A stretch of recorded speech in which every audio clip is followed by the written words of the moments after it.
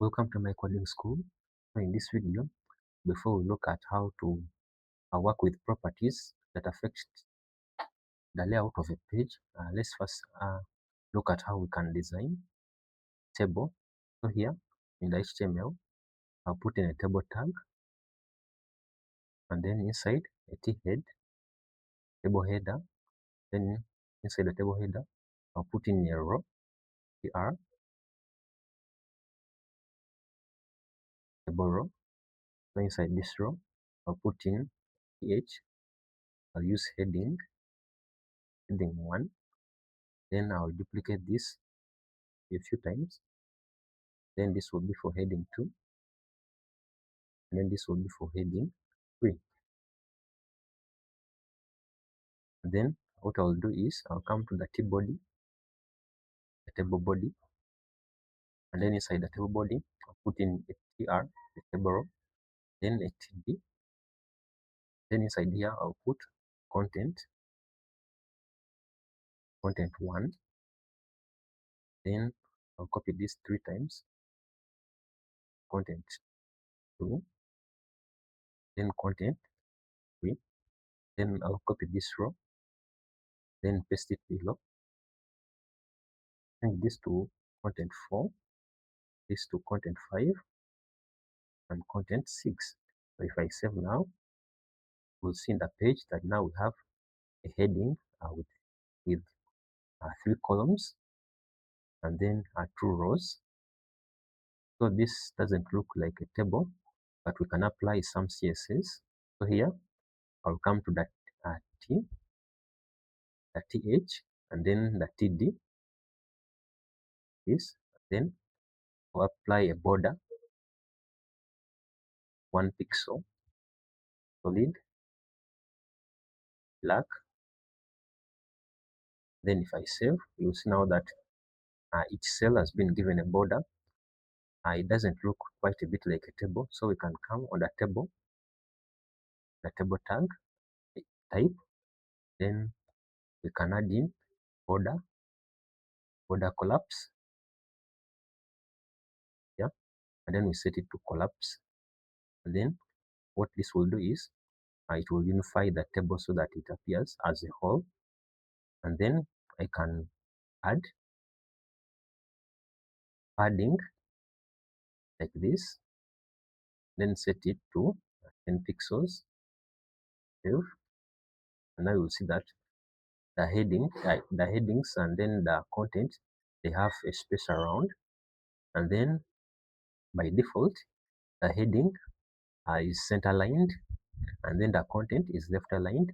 So here I can change the table data, and then I get the text align, and then set it to center. And if I save, you'll see now that the content in the table has changed. And then what I can also do is I can set the width of the table.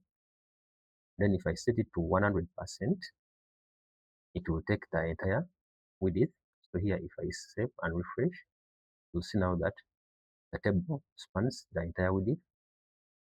I'll set it to 80% of the width, save. Then you'll see now that it takes only 80% of the width. So this is how I will design a table. So now let us look at the properties that affect the layout of a page. So each element has a default display value.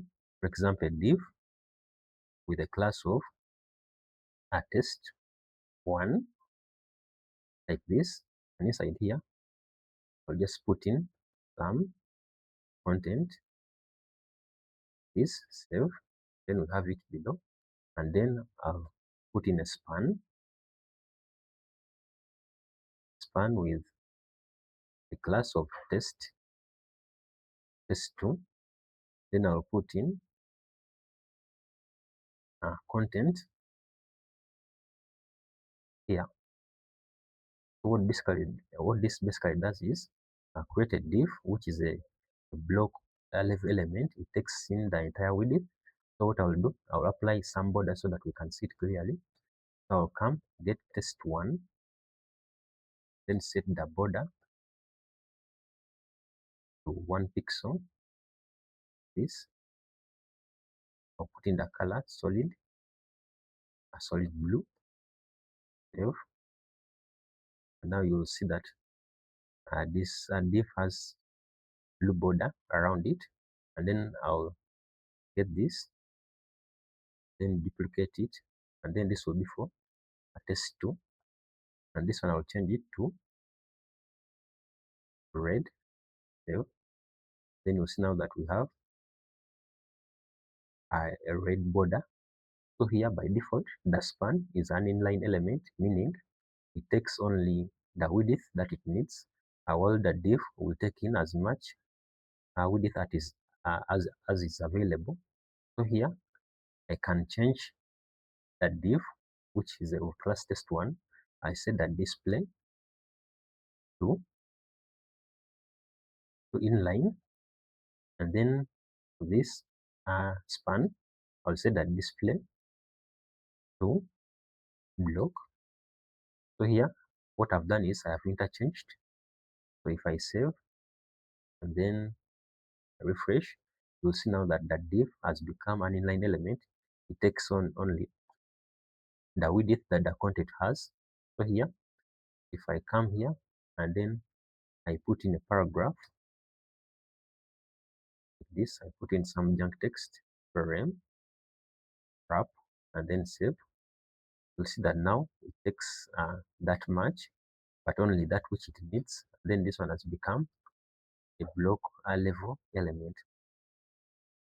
So in the next video we are going to look at one more, which is the position property. I will see you in the next video.